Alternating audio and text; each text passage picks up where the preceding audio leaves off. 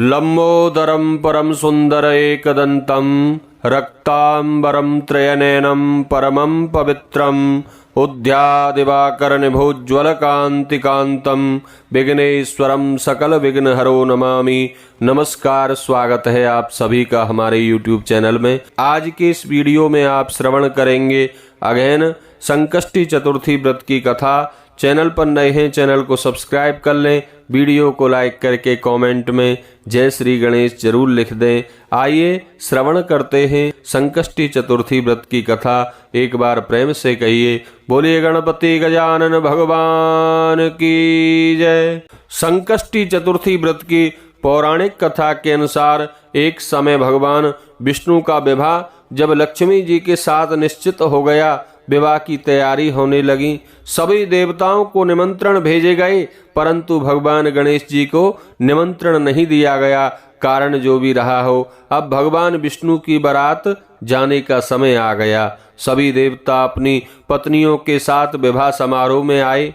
उन सबने देखा गणेश जी कहीं दिखाई नहीं दे रहे हैं। तब वे आपस में चर्चा करने लगे कि क्या गणेश जी को न्योता नहीं दिया या स्वयं गणेश जी नहीं आए हैं। सभी को इस बात पर बड़ा आश्चर्य होने लगा। तभी सबने विचार किया कि क्यों ना भगवान विष्णु से ही इसका कारण पूछ लिया जाए। विष्णु भगवान से पूछने पर उन्होंने कहा, हमने गणेश जी के पिता भोलेनाथ महादेव को न्योता भेजा है।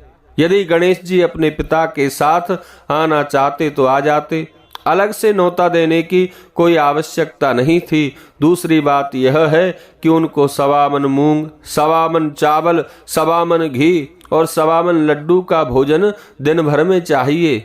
यदि गणेश जी नहीं आएंगे तो कोई बात नहीं, दूसरे के घर जाकर इतना सारा खाना पीना अच्छा भी नहीं लगता है।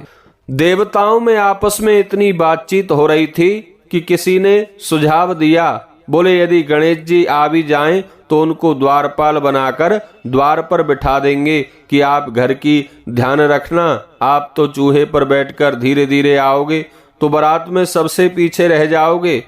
यह सुझाव भी सबको पसंद आ गया, तो विष्णु भगवान ने भी अपनी सहमति दे दी। होना क्या था बंधुओं कि इतने में श्री गणेश जी वहां आ पहुंचे।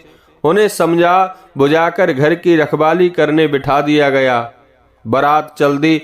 तब नारद जी ने देखा कि गणेश जी तो दरवाजे पर ही बैठे हुए हैं। तो वे गणेश जी के पास गए और रुकने का कारण पूछा। गणेश जी कहने लगे कि विष्णु भगवान ने मेरा बहुत अपमान किया है।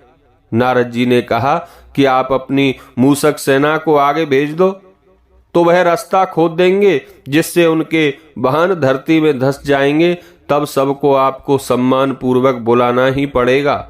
अब तो गणेश जी ने अपनी मूषक सेना जल्दी से आगे भेज दी और सेना ने जमीन पोली कर दी। जब बारात वहां से निकली तो उनके रथों के पहिए धरती में धंस गए। देवता लोग लाख कोशिश करें परंतु पहिए धरती से बाहर नहीं निकले, बल्कि सब टूट फूट गए। जब किसी की समझ में कुछ नहीं आ रहा था कि अब क्या किया जाए, तब तो देव ऋषि नारद वहां उपस्थित थे। उन्होंने कहा, बोले आप लोगों ने गणेश जी का अपमान करके अच्छा नहीं किया। यदि उन्हें मनाकर लाया जाए तब ही आपका कार्य सिद्ध हो सकता है और यह संकट टल सकता है। शंकर भगवान ने अपने दूत नंदी को भेजा और वे गणेश जी को लेकर आए। गणेश जी का आदर सम्मान के साथ पूजन किया। तब कहीं रथ के पहिए जमीन से बाहर निकले। अब रथ के पहिए तो निकल गए, लेकिन वे सब टूट फूट गए थे, तो उन्हें सुधारे कौन। पास के खेत में एक खाती काम कर रहा था। उसे बुलाया गया। खाती अपना कार्य करने से पहले श्री गणेशाय नमः कहकर श्री गणेश जी की वंदना मन ही मन करने लगा। देखते ही देखते खाती ने सभी पहियों को ठीक कर दिया। वह खाती कहने लगा, अरे देवताओं, आपने सर्वप्रथम श्री गणेश जी को नहीं मनाया होगा और ना ही उनका पूजन किया होगा, इसीलिए तो आपके साथ यह संकट आया है। हम तो मूर्ख अज्ञानी हैं, फिर भी गणेश जी को पूजते हैं, उनका ध्यान करते हैं, सर्वप्रथम उनकी वंदना करते हैं। और आप लोग तो देवता गण हैं, फिर भी आप श्री गणेश जी को कैसे भूल गए।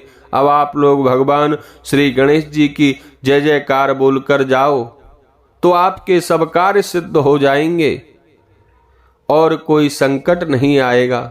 ऐसा कहते हुए बारात वहां से चली गई और विष्णु भगवान का विवाह भगवान सिद्धि विनायक गणपति की कृपा से निर्विघ्नता पूर्वक मां लक्ष्मी के साथ संपन्न हुआ। तभी से यह संकष्टी चतुर्थी व्रत तीनों लोकों में प्रचलित है। बोलिए गणपति गजानन भगवान की जय।